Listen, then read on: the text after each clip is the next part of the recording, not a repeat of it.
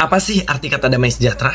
Dimana seperti yang kita ketahui bahwa damai sejahtera adalah salah satu dari buah roh, dimana hanya Yesus yang sanggup dan yang dapat memberikan damai sejahtera. Nah, sekarang pertanyaannya, apa sih arti damai itu? Karena banyak orang berpikir bahwa damai artinya tidak ada kekerasan, tidak ada konflik, tidak ada peperangan, dan tidak sedikit juga yang berpikir damai sejahtera berarti tidak ada masalah.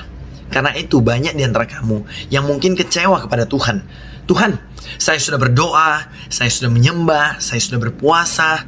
Kenapa saya kena masalah? Tuhan, saya sudah melayani, saya sudah berjaga-jaga. Kenapa saya tiba-tiba terkena musibah, ditipu orang misalnya?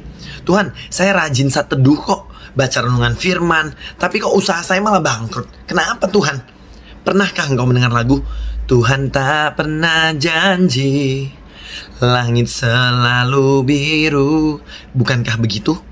Tuhan tidak pernah janji jalanmu lurus-lurus saja, rata-rata saja, tidak ada kerusakan. Jadi arti sebenarnya dari damai sejahtera itu sendiri bukanlah tidak ada masalah. Arti damai bukan tidak ada masalah, tidak, melainkan damai yang sejati itu adalah sikap dari dalam keluar, bukan dari luar ke dalam. Kenapa kalau yang asli dari dalam keluar, bukan dari luar masuk ke dalam? Karena kalau dari luar berarti sesuai dengan kondisi. Ketika kondisi sedang tidak baik, maka kamu tidak ada damai sejahtera. Tetapi ketika kondisi sedang baik, maka kamu ada damai sejahtera. Itulah yang terjadi dengan murid-muridnya Yesus Kristus pada saat mereka naik perahu, datanglah badai menerpa. Waktu tiba-tiba sekonyong-konyong datang angin badai, padahal danau sebelumnya sedang teduh sekali. Tidak ada tanda-tanda. Semua orang mulai dari nahkoda, anak buah kapal, semua penumpang, semua sudah kalang kabut. Tidak tahu bagaimana caranya menyelamatkan diri. Tetapi bayangkan kamu sebagai murid-muridnya, kalau kamu lihat ketika Yesus Kristus sebagai Tuhan bisa-bisanya santai tertidur.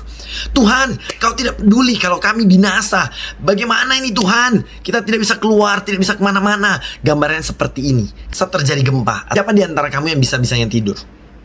Kalau ada yang bisa tidur, berarti dia sudah menjadi pelaku firman.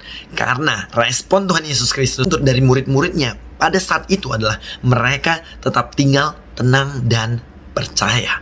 Bahkan kalau murid-murid Kristus pada waktu itu betul-betul secara lahiriah tidur, itu pun sudah lulus. Tetapi kembali lagi, logika kan tidak mungkin ya.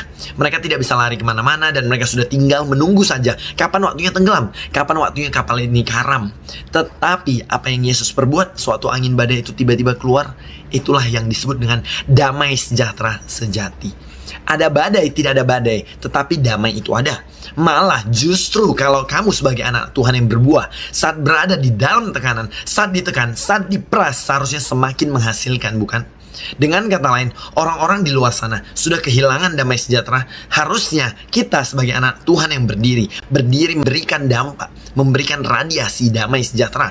Itulah yang dimaksudkan tadi. Kenapa harus menjadi teladan? Karena damai sejahtera itu bisa dibagi-bagikan, di mana sumbernya tetap Yesus Kristus. Tetapi kalau engkau membagikan atau meradiasi damai sejahtera di sekelilingmu, maka di hati kecil mereka Roh Kudus akan berkata, sudah lama ya kamu tidak berdoa mencari damai sejahtera.